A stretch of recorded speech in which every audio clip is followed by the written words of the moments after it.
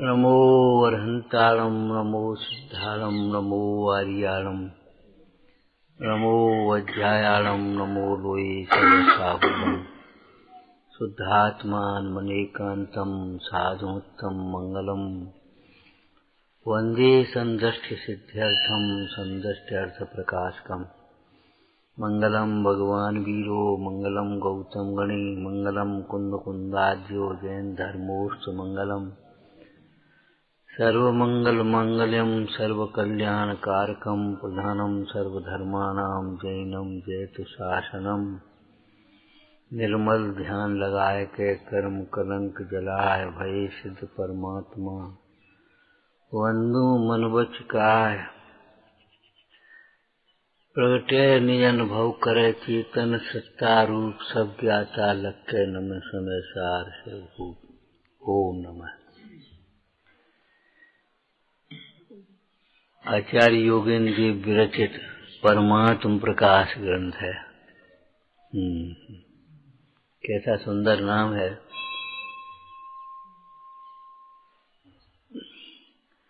परमात्म प्रकाश, परमात्मा का प्रकाश। प्रकाश माने एक प्रकाशक तो शक्ति है ना। प्रकाशक शक्ति स्वसंवेदन होना माने परमात्मा हूँ ऐसा अनुभवन करने की बात। हथेली पर रख करके दिखाया है आत्मा। आचार्य देव क्या कह रहे हैं? शाश्वत परमात्मा, कारण परमात्मा तुम्हारा ध्येय है। कारण परमात्मा की आराधना, श्रद्धान, ज्ञान और भावना, एकाग्रता, ध्यान, ये तुम्हारा साधन है। परमात्म दशा तुम्हारा साध्य है। परमात्म दशा को प्राप्त हुए परमेश्वर सिद्ध भगवान तुम्हारे आदर्श हैं। कहीं भटकने की जरूरत नहीं।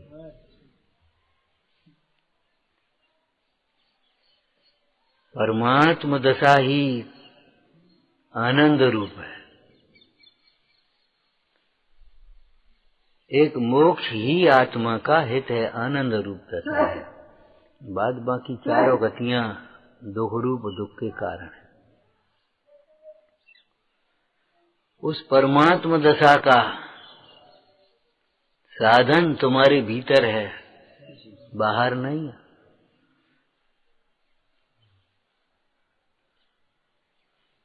अपनी ओर देखे तो सुखी हो गए। अभी कह रहे थे वेद ज्ञान करके सुखी होने के लिए सदा स्वतंत्र है। क्यों विचार करो। वेद ज्ञान होने पर उपयोग अपनी ओर आएगा, पर की ओर क्यों जाएगा? मोह की दशा में भी उपयोग पर की ओर नहीं जाता, उन पर पदार्थों की ओर जाता है जिन पर पदार्थों में अपनापन होता है।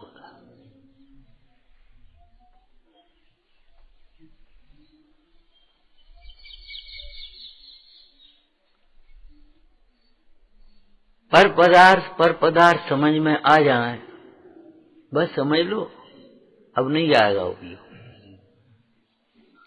निचली भूमिका में सर्वथा मत ले लेना। वेद विज्ञान होने पर भी पर में उपयोग जाता है, लेकिन पर में उपयोग जाने पर भी पर पदार्थों में अपनापन न होने से ऐसे समझो राग तो होता है, अनंतानुबंधी राग नहीं होता। किम कर्तव्य विमूर्ता नहीं होती। वेद विज्ञान मूलता, वेद विज्ञान मूला स्वानुभव साक्षात धर्म है। वेद विज्ञान उसका मूल है। अभी ये जीव दोनों द्रव्यों को, शरीर और आत्मा को एक मान करके अनुभव कर रहा है मैं। अब वेद ज्ञान का मतलब इन सबसे न्यारा में जितने भी उपद्रव हैं शरीर सहित हैं, शरीर की अवस्थाओं में वे अवस्थाएं होती हैं और उनमें इष्ट अनिष्ट की कल्पना करने से राग द्वेष होते, वे दुख के कारण बनते। शरीर में वे अवस्थाएं होती हैं, क्या मतलब? थक गए तो कौन थका? बुखार आ गया तो किसको आया? माने वो जो अवस्थाएं जिन्हें हम अनिष्ट मान रहे हैं, आनंद आ गया, पेट पे हाथ से जा रहे, आनंद आ गया, तो काय में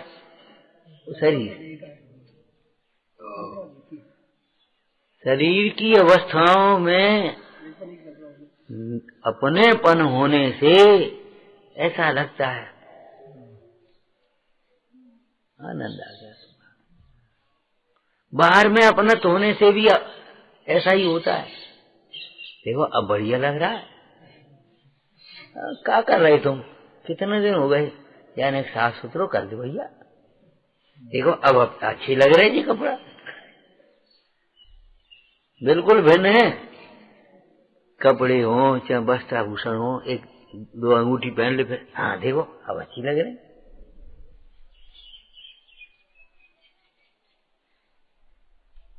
जरा जी कपड़ा, हाँ देखो अब अच्छा लग रहा।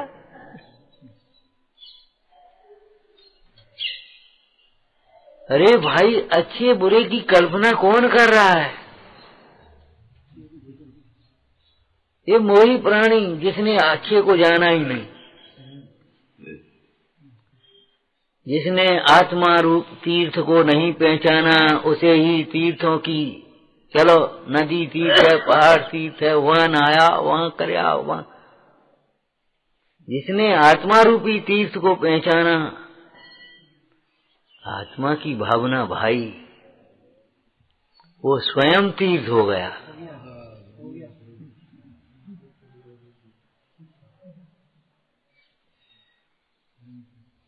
स्वयं तीर्थ हो गया। और वे जहाँ जहाँ विराजे, जहाँ जन्मे, जहाँ विराजे, जहाँ साधना करी, जहाँ विहार हुआ, जहाँ सम्मुख, वे सब तीर्थ हो गए। महापुरुष संबंध से तीर्थ भय प्रसिद्ध। ऐसा एक तीर्थ बताओ जिसका किसी से संबंध न हो।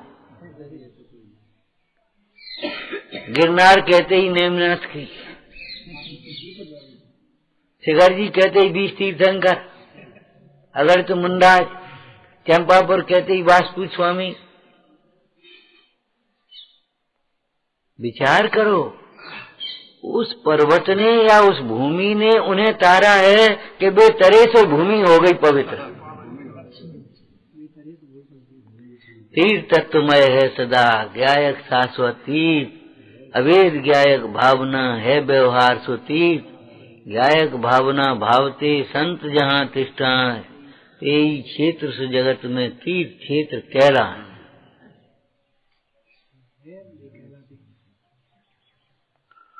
अन्य द्रव्य से भिन्न आत्मा शुद्ध है और अन्य द्रव्य से भिन्न उपासित होता हुआ शुद्ध कहलाता है। पाषाण में मूर्ति है और जब छेनी के द्वारा उसको विकार को छांट किया जाता है तो वो मूर्ति कहलाती है। पाषाण को कौन मूर्ति कहेगा? कोई शिल्पकार निगम नय से या भाभी नय से कहे भैया ये मूर्ति रख, ये पत्थर बेच रहे, नहीं नहीं वो तो मूर्ति है भैया उनकी।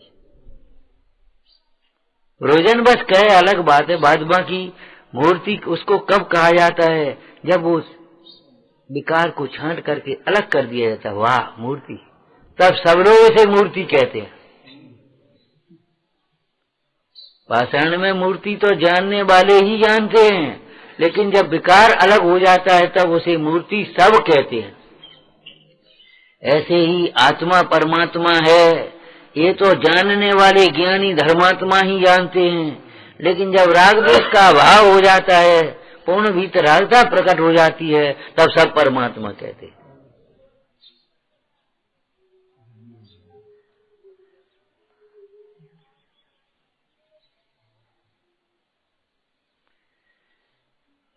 आचार्य भगवान क्या कहते आगम में, बड़ा सुंदर दोहा है, जीवन जाणई अपनऊ घर परिणय तव इठ कमाए तव कारिमऊ आगम जोइए दिठ। हे जीव, तुम घर को, पहले शरीर को आ गया, पुत्र आदि को आ गया, अब घर को आ गया। तुम घर को और परिजनों को अपना और शरीर को अपना मत जानो, आत्मीयम न जाना, अपना मत जानो। वे अपने हैं भी नहीं, फिर अपने लगते क्यों है? कि अपने को नहीं जानता इसलिए वे अपने लगते। जो जीव अपने को जानता है उसे अपने नहीं लगते। कितना सुंदर एक कथन किया था एक बार। वज्र कुमार मुंडाज, वज्र कुमार छोटा था, बच्चा था, उसके पिता ने दीक्षा ली थी, माँ उसको गोद में डाल गई, तुम ही पालो। उन्हें लगा ही नहीं ये मेरा बच्चा है। क्यों? उन्होंने अपने को शरीर देखा ही नहीं, आत्मा देखा। उन्हें विकल्प हुआ ही नहीं। क्या चिंता नहीं हुई अब इसका पालन पोषण कौन करेगा? अरे आयु है तो पालने वाला भी है। और सही बात तो ये है, उसकी माँ के घर में उसके पालने पोषण के लायक वैभव था ही नहीं। गरीबी का घर, वैसा ही सामान्य घर, उसे तो राजकुमारों की तरह पलना था। तो उसी समय विद्याधर और रानी दोनों उतरे विमान से मुंडाज की वंदना के लिए, और देखा कितना सुंदर बालक। और कौन सी रानी थी जिसके पुत्र नहीं था? राजा ने कहा, लो संभालो, प्रसूति की वेदना, गर्भ की वेदना किसी ने सही होगी, तुम्हें तो देखो कितना सुंदर बालक वैसे ही मिल गया। रानी ने बालक उठाया और कुछ सोच करके रख दिया। हमें नहीं। क्यों? क्या बात है? क्यों? तुम्हारी और रानियों के पुत्र हैं, वे राजा बनेंगे, हमारे लड़के को कौन पूछेगा? मट्टी ढाई वहां और तिलक कर दिया, युवराज बना दिया। पता, अब उसको तो युवराज बनना था। मणियों के पालने में स्वामी महावीरा झूले, अब वे वहां डलिया में का ढूलते।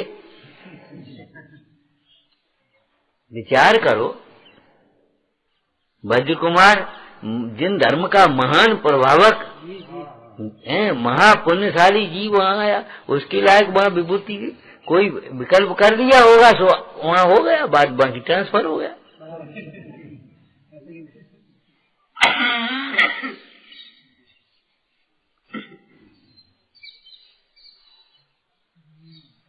जितनी देर के लिए पाप करता है उसी हिसाब से उसका उदय आ जाता, बीच में बदल जाता है। आप देखते ही होंगे कितने लोग बचपन में बहुत दुखी रहते हैं, बहुत बीमार रहते हैं, बुद्धि नहीं, बाद बड़े होकर फिर वैसे हो जाते हैं अच्छे। कितने ही लोग पहले अच्छे होते हैं, बाद में फिर वैसे ढीले हो जाते बेचारे। तो ये कर्मों की अलग अलग स्थितियां हैं।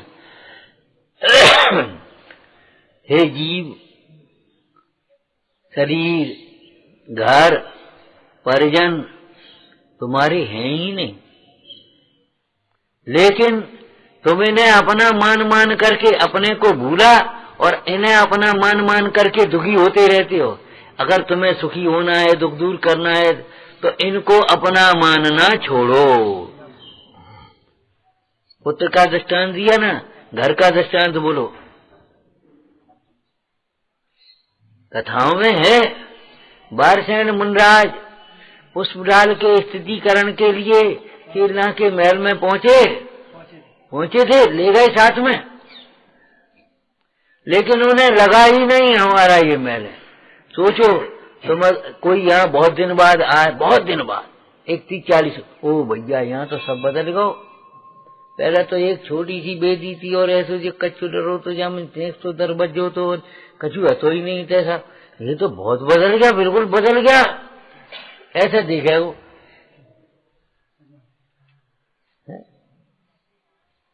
कोई ये तो बिल्कुल बदल गया, पहचान में ही नहीं आता। ऐसे बारसेन मुंडाज को कोई आश्चर्य हुआ, ओ भैया महल तो बदल गया, बढ़िया जगह। कुछ नहीं, लगा ही नहीं महल है, हमारा महल है, कोई बात ही नहीं। क्यों?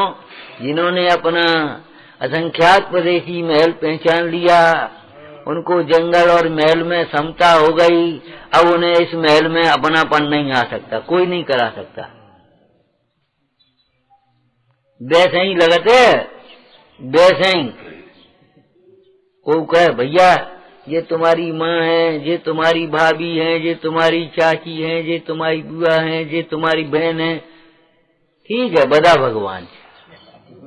उनको लगता ही नहीं है हमारे हैं। क्यों? जिसके साथ में संबंध और रिश्ते हैं उसके साथ में एकत्व तो हमारा पहले ही छूट गया। जहां दे अपनी नहीं, अब बताओ, पहले इसे अपना मानो तब ये लगेंगे ये हमारे हैं। आपको ये क्यों नहीं लगता ये मंदिर हमारा? ये बताओ। आत्मा में अपनत्व तो नहीं आया। ये भगवान हमारे हैं, ये गुरु हमारे हैं, ये साधर्मी हमारे, ये क्यों नहीं लगता? ये क्यों लगता है ये हमारा है? बच्चा आया तो माँ की ओर देख करके मुस्कुराएगा और माँ बच्चे को देख करके मुस्कुराएगी और दूध उछाड़े। क्यों? क्या बात है? उसे लगने लगा ये मेरा बेटा है, उसे लगने लगा ये मेरी माँ है।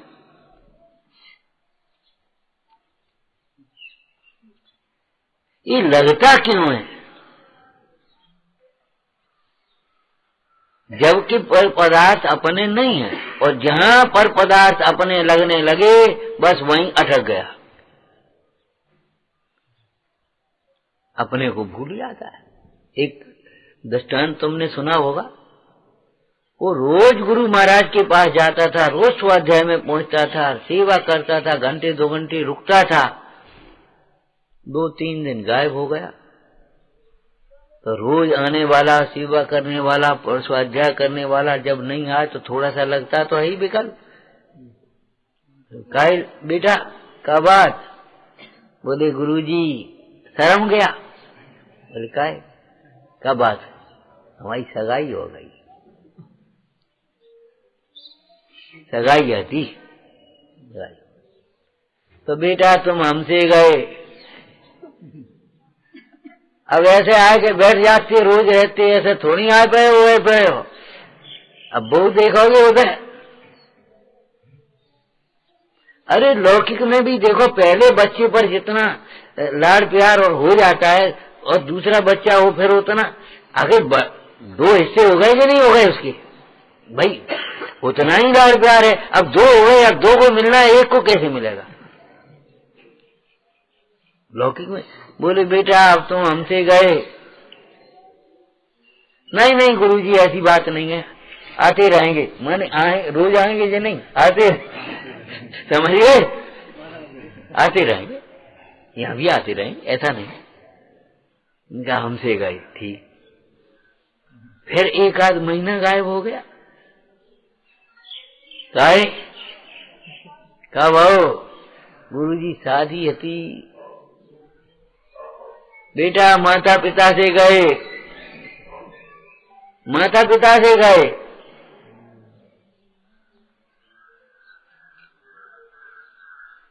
अभी थोड़ी समझ में आई, अब वो दिखेगी स्त्री। फिर आवाजाही कबू कबार होत रही। 4-6 महीना गायब हो फलवार। 4-6 महीने बाद एक दिन आ गया है, जैसे तुम लोग कहे कितना रास्ता भूल गए, तो आ गया बेचारा। तो गुरुजी बोले कहो बेटा बहुत दिन में आए आपकी, गुरुजी आपकी कृपा, लड़का हुआ। बोले अपने से गए,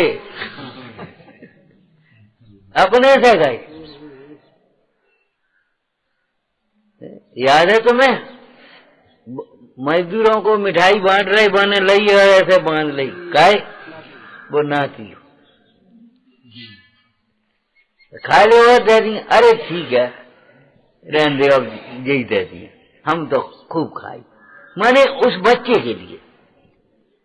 कल सुना था कि परसों, भैया अपन गीले में सो उसको सूखे सोया, अपन फटे पहन ले उसको नया बनवाए, अपन छाछ खाए उसको घी भेज दे, अच्छी तरह पढ़ियो, तुम तो खूब खर्च करो आराम से, लेकिन अच्छी तरह पढ़ो खूब, चिंता मत करो कहुआसी। ये मोह की दशा है। राजा को अमर फल मिला तो रानी को दो।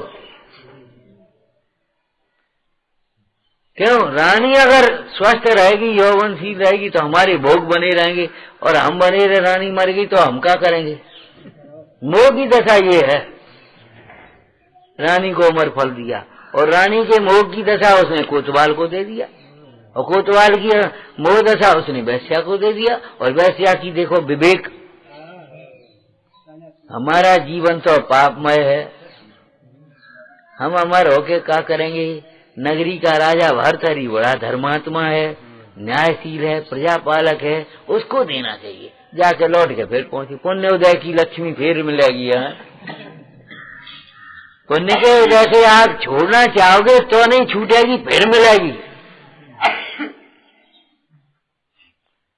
समझ में आई ना? इस शरीर को तपश्चरण में लगाओ, फिर ऐसा उत्तम शरीर मिल जाएगा, इससे भी सुंदर मिल जाएगा। ये नेका छोड़ोगे स्वर्ग के वैभव मिल जाएंगे, स्वर्ग के वैभव छोड़ोगे चक्रवर्ती के वैभव मिल जाएंगे। अरे और तो और तीर्थंकरों ने सारा वैभव छोड़ दिया, केस तक उखाड़ करके अलग कर दिए, घास की तरह। सम्भूषण का वैभव आ गया, बताओ क्या करें? लक्ष्मी पुण्य की दासी है, जहाँ पुण्य है अपने आप आती है, बिना बुलाए, और पाप के उदय में सोचने पर, बुलाने पर, उपाय करने पर भी नहीं आती।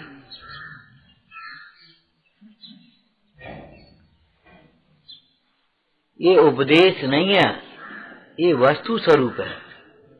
भले निमित्त नैमित्तिक दृष्टि से हो, लेकिन वस्तु स्वरूप है। उपदेश क्या है? इसलिए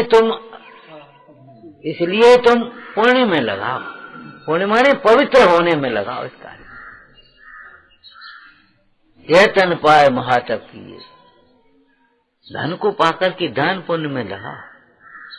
कब तक? जब तक त्याग करके अपनी स्वरूप की आराधना में न लग जाओ, तब तक इस धन आदि को दान पुण्य में लगाओ। शरीर को तपश्चरण में लगाओ, आराधना में सहायक बनाओ।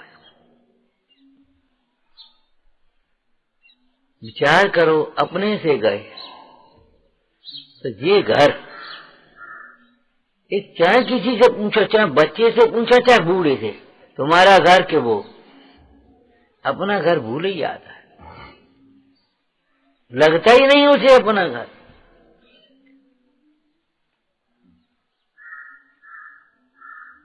एक बार चर्चा चल रही कि देखो गजकुमार आदि मुनराज कैसी धर्मात्मा, सुकुमाल मुनराज।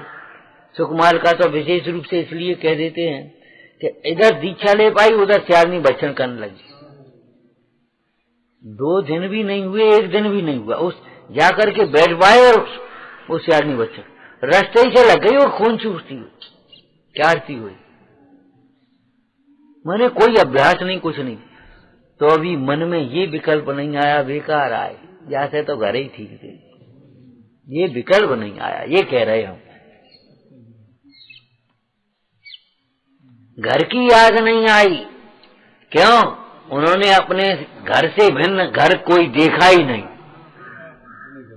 वे घर से निकले ही नहीं, घर में ही रहे।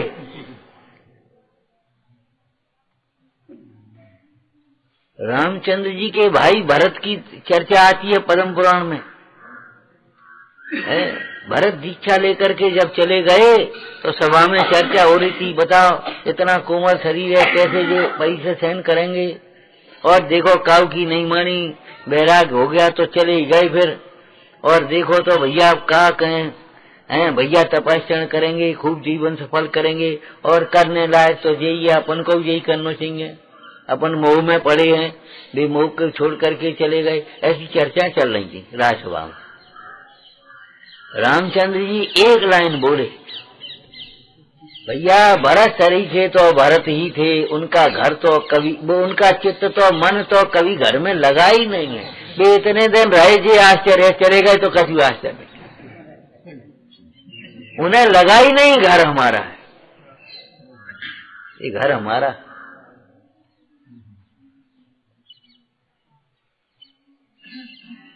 जिसको मूर्ख तू कहता ये घर बार है, वह तो घर बार नहीं है, सिर भार है। घर देखो, दृष्टि बदलना चाहिए, विचार बदलना चाहिए। घर कहते ही ये असंख्यात प्रदेशी आत्मा याद आना चाहिए निश्चय से, और व्यवहार न थे। घर कहते ही गुरु के चरण याद आना चाहिए। हमारा घर कहाँ है? गुरुओं के चरणों में। क्यों? स्त्री का घर कहाँ है? जहाँ पति है तहीं घर है।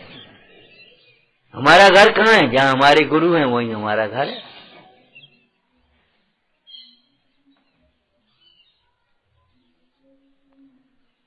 माने घर के ये घर लगता कैसे है तुम्हें? इसलिए लगता है अपने घर को नहीं जाना। इसलिए अस्थि से उधर कह रहे थे अपने घर को देख बाबरे, अब यहाँ ये कह नास्ती से इस घर को तुम अपना मत मानो। जाना होगा उस घर से ही तन को बिना रोक शमशान। ये वसुधा काऊ की न भई,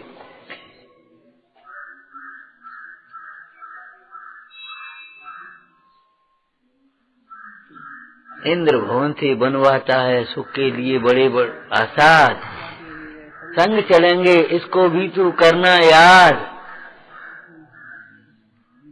इस तन में से जिस दिन आत्म कर जाएगा अप्रयाण, जाना होगा उस घर से ही तन को बिना रोक। घर, इस घर के मोह में अपना घर बर्बाद करोगे, दूसरे घर देखे अपना घर बर्बाद करोगे, क्या करोगे? जैसे मूर्ख लड़के होते दूसरे की दुकान पर बजा के बैठ गए, अपनों की दुकान बर्बाद कर रहे। दूसरे के घर देखते रहे, अपना घर बर्बाद करोगे भैया, अपना घर आबाद करो। इसमें एक योगी दोहा तुमने पढ़ा होगा, उस योगी को धन्य है। अटपटी दशा है उस योगी की। कैसा? उजड़ को बसाता है, बसे को उजड़ करता है। ये कैसा योगी है? उजड़ को बसाता है और बसे को उजड़ करता है। कि इंद्रियों की बस्ती जो बसी हुई है उसको तो उजड़ कर दिया। क्यों भाई? जहाँ कोई रहने वालों नहीं है तो उजड़ हो जाएगी कि नहीं?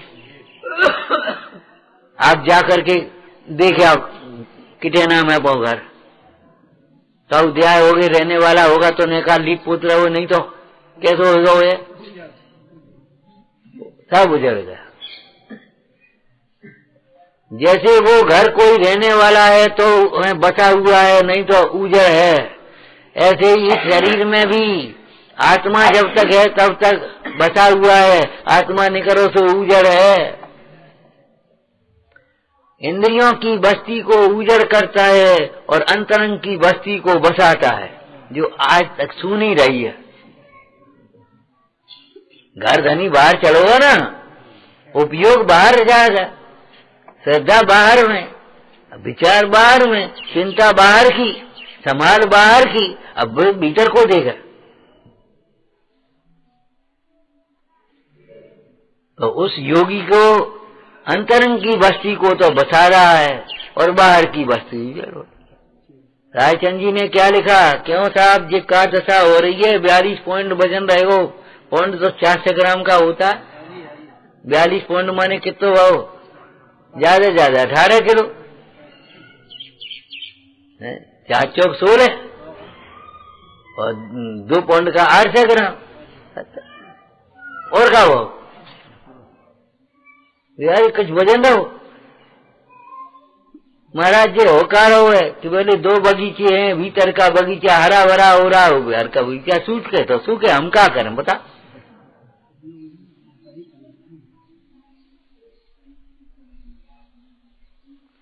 घर हमारा घर चले हैं, घर का बैकुंठ है। अरे जिसको मोह से अपना घर कहता है, उस घर में भी पुण्य पाप के उदय के अनुकूल ही सामग्री है। लोक में कह देते हैं घर खीर तो बाहर खीर। घर से भूखे चलो तो कोई पूछे नहीं, और घर से भोजन करके चलो, भोजन कर ले, भोजन कर ले, भोजन बादल को नहीं कर रहे तो भोजन कर ले। जब हम करके नहीं आए तो सोचिए हमने वही कर लेंगे। तब कोई नहीं कर रहे तो आज सब कह रहे भोजन कर ले, भोजन कर, का मतलब है ये? सोचो कि घर खीर बाहर खीर क्या मतलब है? यहाँ पुण्य के उदय हो तो यहाँ भी है, और वहाँ पुण्य का उदय तो वहाँ भी है। घर में भी पुण्य की सामग्री मिलती है, ज्यादा नहीं मिलेगी, और बाहर भी पुण्य से कम नहीं मिलेगी, बिल्कुल इतनी भी कम नहीं मिलेगी, चाहे कम चले जाओ। पेड़ के नीचे सोए और रामचंद्र जी, लक्ष्मण और सीता हैं, उठे तो रामपुरी में महल में उठ गए।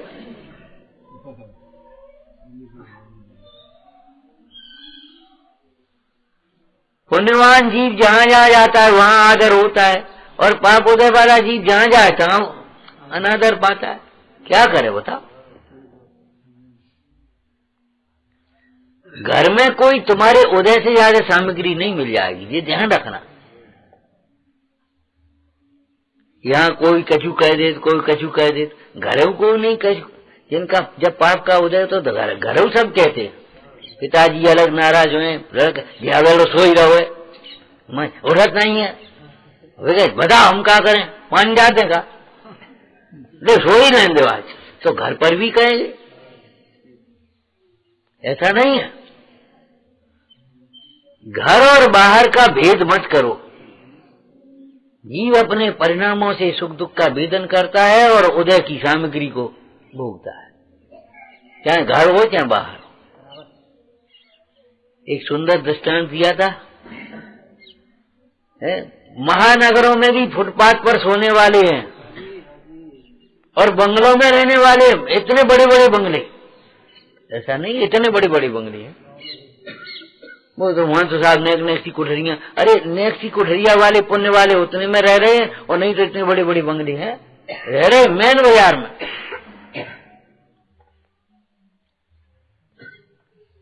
गांव में भी करोड़पति होते हैं पुण्य उदय हो तो, और महानगरों में शहरों में भी रोड पर पड़े रहते रोडपति हैं बेचारे, क्या करें। मतलब इस सामग्री का कोई शहर से, गांव से, घर से, बाहर से कोई संबंध नहीं, कोई संबंध नहीं। ये उलझ के फट गो पंजा, उलझ के फट गया। पुण्य उदय है तो नव मिल जाए, और पुण्य को उदय नहीं है तो जो और फट जाए सिल के पहनो। लेकिन पुण्य का उदय तो फटा पुण्य के उदय से कि पाप के उदय से? बता काहे पाप के पुण्य का? जब नया क्यों मिला? अगर फटतो तो नहीं, नव कैसे मिलतो? काय को पुण्य को पाप को उदय जी? पंचा नहीं फटतो तो नव कैसे मिल रहा? वो तो बता। ये शरीर नहीं छूटता तो उत्तम शरीर कैसे मिलतो? मृत्यु को क्या कहा बता? जीर्ण तन ते देत न होतन या समसाहू नहीं। कोई ऐसा दुकानदार है पुरानी तुम हमें दे जी फिर नहीं ले जाइयो, पुरानी हो जा सोई तुम हमारे यहाँ दे जाइयो फिर नहीं ले जाइयो। ऐसा है कोई कि ऐसा पुण्य है? लेकिन ध्यान रखना कि पुण्य के उदय में ये होता है। अब ये फटा तो इसका तो परिणमन हुआ, सही बात है। इस जितने काल इसका योग था उतने काल रही, अब इसका परिणमन हो गया, फट गया। अब नया तुम्हारा पुण्य का उदय है कि पाप का उदय? इससे ज्यादा पुण्य का उदय तो नया मिल जाएगा, और इससे कम पुण्य का उदय तो पुराना दे दिए कोई, जे ले लो कुआ, और नहीं तो बोल नहीं मिलेगा। माने आप घर का और बाहर का भेद करते क्यों? घर है कहाँ? कहाँ घर है? अपना घर पहचानो। ज्ञानी अपना घर पहचानते हैं, अज्ञानी घर बनाते हैं, घर बसाते हैं, घर में रहते हैं, घर संभालते हैं, अंत में घर को छोड़ करके मर जाते हैं। और क्या है बताओ? इसके अलावा और कोई व्यवस्था हो तो तुम बताओ भाई। जैसे तैसे बनाए पाओ, फिर वह संभालते रहे और वह में रहते रहे, फिर घर बच गो, विवाह शादी आदि हो गए, बाल बच्चे, घर बच गो भाई, चलो बस। और अंत में छोड़ करके चलेगा। साथ जाने की तो कोई व्यवस्था है ही नहीं।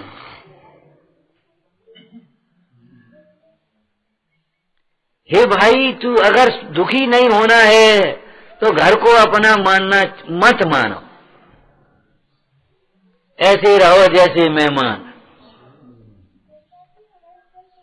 परमार्थ कथन है, मेहमान की तरह घरे रहो तो नहीं बनेगी। घर रहो तो घर के सभी काम करने पड़ेंगे, हैं? और नहीं तो जाओ बाबा हो या। स्त्री भी कह देगी, माँ भी कह देगी, बहू भी कह देगी, जाओ बाबा हो या। नहीं है तो फिर रहेगा को रहे घर में।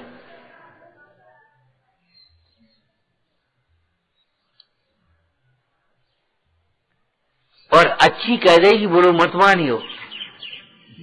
बात तो सही है, अच्छी कह देगी, बुरा मानने क्या बात है। लेकिन अच्छी लगेगी ज्ञानी को, मोही को थोड़ी अच्छी लगे। ले हमें घर नहीं रहने दे। हमने सुनाया था ना, कल सुनाया था परसों। हाँ, एक बुजुर्ग थे, तो बच्चे बोले, पिताजी देखो तुमने खूब मेहनत करी, खूब कमा लिखाओ, अब हम समर्थ हो गए, अब हम सब संभाल रहे, आप तो खूब धर्म ज्ञान करो। जहाँ आपको आश्रम में रहना आश्रम में रहो, क्षेत्र में रहना क्षेत्र में रहो, जहाँ खुशी भी रहो तहाँ से आओ, आराम से खूब समागम करो धर्म। अब भी दुखी हो रहे क्यों? बताओ, वो लड़का ऐसे करो, बहू ऐसे कह रही, हमें घर नहीं रहने बताओ। और जीव तो कह रहे हैं कि भैया जो तुम्हें जरूरत हो तो ले, हम तैयार बैठे हैं, गाड़ी करेंगे, तुम्हें पैसा देंगे, तुम्हारी तैयारी करेंगे, तुम जाओ तो सही। अब इन्हें कहीं नहीं, बहू वाला कैसे जाएगा? हम नहीं, हम तो यही ठीक है भैया। घर, ये घर अपने घर को भुलाने में निमित्त है।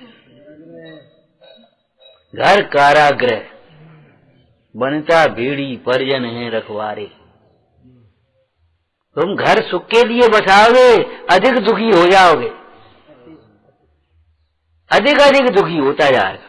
परिग्रह बढ़ने से दुख बढ़ता है।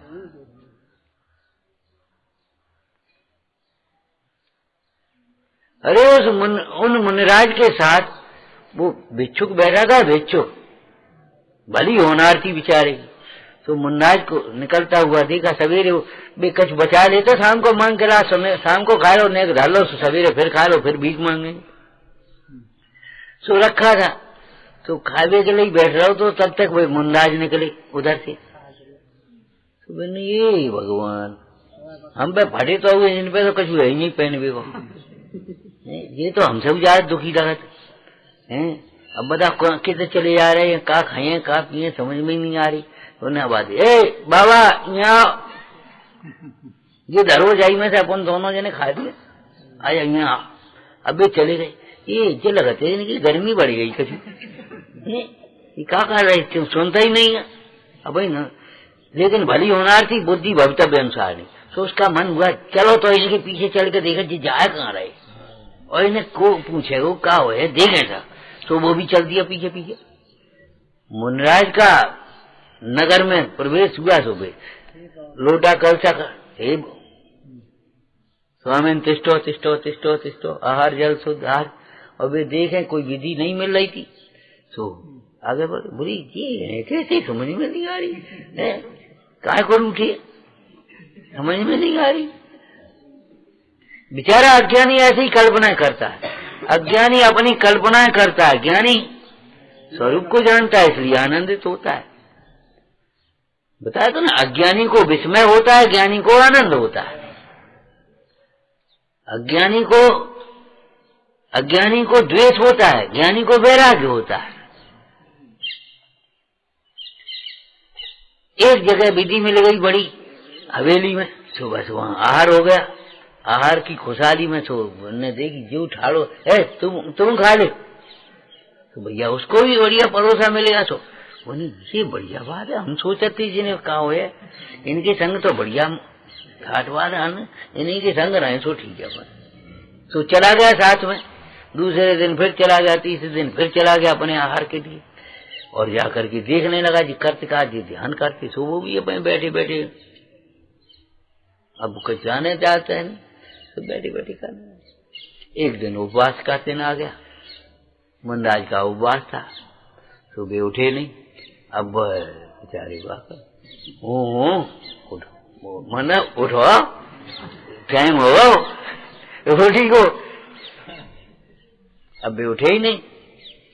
तो महाराज अब तुम नहीं जा रहे तो हम क्या करें जी, किसी कमंडल हमें दे दे तो हमने चले जा, अब हम पेट भरे हैं। अब महाराज बोले ही नहीं, सो ने उठा नहीं, चलो इन्हें करने दे ध्यान से, उठाए कमंडल पीछे चल दो अपने, और वो देख तो रही थी ऐसे जाने, तो वैसे चल दिया। तो लोगों ने समझा कोई नए मुंडाज होंगे भैया कोई, तो आहार करा दिया उसको। तो ये बढ़िया काम है। धीरे धीरे पढ़ने सुनने लगा तो उसको ज्ञान में बोले तुम्हारा ये तो 3 लोग के नाथ है, ये तो 3 लोग के नाथ है, हम क्या देख रहे थे।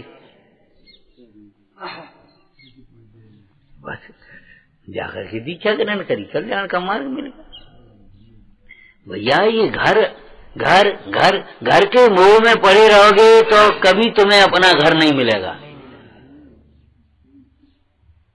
लोग भी ऐसे घर को घर नहीं बनाया, पास किराए को सस्तो है, 1000 रुपया 2000 रुपया लगे, और घर कितने बने वो राम लखन, 10-5 लाख को बने वो, 20 लाख को बने वो, 2000 मिलेगा वो आराम से, न कभी लेने न देने जे सब ठाड़े। किराए के मकान में जो संतुष्ट है वो घर का मकान नहीं बना सकता, ऐसे ही इस घर के मकान में संतुष्ट है वो अपने घर को नहीं पहचान सकता। ये कहना हे भाई, घर को अपना नहीं माने तो बेघर हो जाए, घर को अपना नहीं माने तो कहां जाए कि भैया अपने घर को पहचानो। बेघर वो होता है जो अपना घर नहीं जानता है।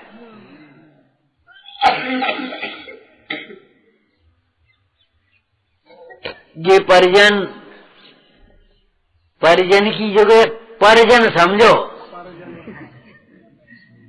मूल शब्द क्या है परिजन, पर समन्ता जन, माने जी सब अपने ही लोग हैं, सब अपने ही लोग हैं, सब यहाँ तो सब अपने ही हैं। अरे क्या मोह में पड़े हो अपने अपने अपने, और लोग व्यवहार में भी जिन्हें अपने मानते वे ही परेशान करते हैं बाद में। क्यों? उन्हें सारी तुम्हारी पोल मालूम है, सारी व्यवस्था मालूम, वे ही तो तुम्हारी कहेंगे बे हमने खुद देखी, हम तो देख के आए, हम करके आए। पहले वो पार्टी में रहे और सब करो, और जब पार्टी से निकल गए सुबाई की बुराई करने लगी। बोलो तो कौन कर रहा है बुराई? जो बाकी अब बेका जाने बाहर वाले बेचारे। तो भैया जी इसको परिजन कहते हो कि परिजन है? परिजन है, परिजन नहीं है। शरीर शरीर है, ये इष्ट नहीं है। हे भाई, घर परिजन शरीर आदि को तुम इष्ट मत समझो। इष्ट माने सुख का कारण मत समझो। इनके लक्ष्य से इनकी ओर देखने से, तीसरा बोलो इनको अपना मानने से कभी सुखी नहीं हो पाओगे।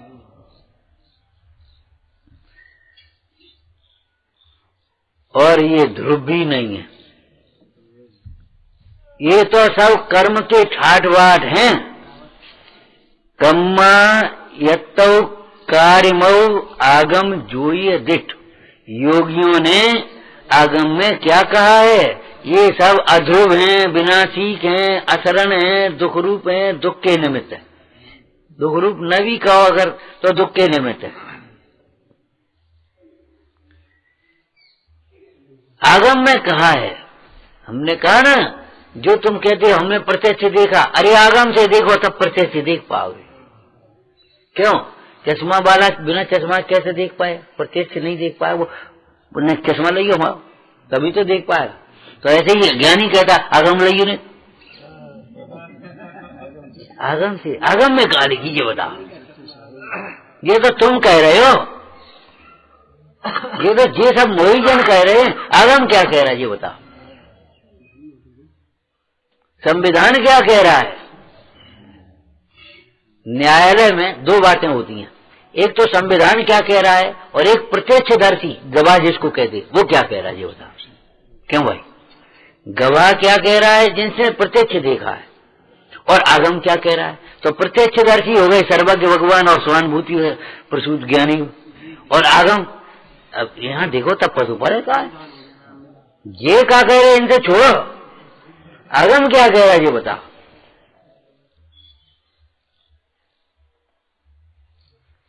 आगम में इन्हें कर्म जनित कहा है, कर्माधीन है, क्षण में मिले क्षण में बिरसे, चाहे जब मिल जाए चाहे जब विनस जाए।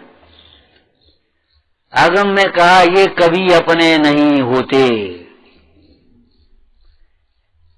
ऐसा जानकर दुख से छूटने के लिए इनमें अपनापन छोड़ो और सुखी होने के लिए सुख स्वभावी आत्मा में अपनापन लाओ। विचारना। हे जिनवाणी भारती तो ही जपो दिन रेन, जो तेरी शरणा गए सो पावे सुख चैन। या वाणी के ज्ञान ते सूझे लोकालोक, सो वाणी तुम